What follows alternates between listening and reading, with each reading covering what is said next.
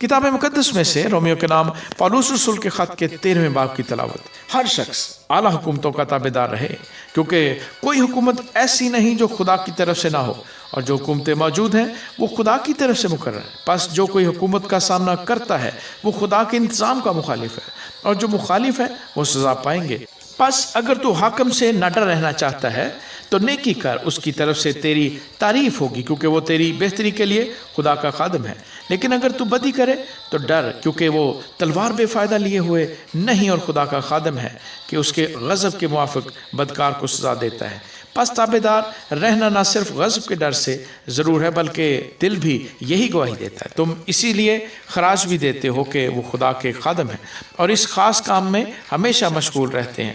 سب کا حق ادا کرو، جس کو خراج چاہیے خراج دو، جس کو محصول چاہیے محصول، جس سے ڈرنا چاہیے اس سے ڈرو، جس کی عزت کرنا چاہیے اس کی عزت کرو۔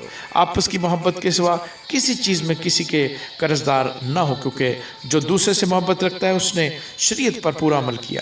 کیونکہ یہ باتیں کہ زنا نہ کر، خون نہ کر، چوری نہ کر، لالچ نہ کر، اور ان کے سوا اور جو کوئی حکم ہو، ان سب کا خلاصہ اس بات میں پایا جاتا ہے کہ اپنے پڑوسی سے اپنی مانند محبت رکھ۔ محبت اپنے پڑوسی سے بدی نہیں کرتی، اس واسطے محبت شریعت کی تعمیل ہے۔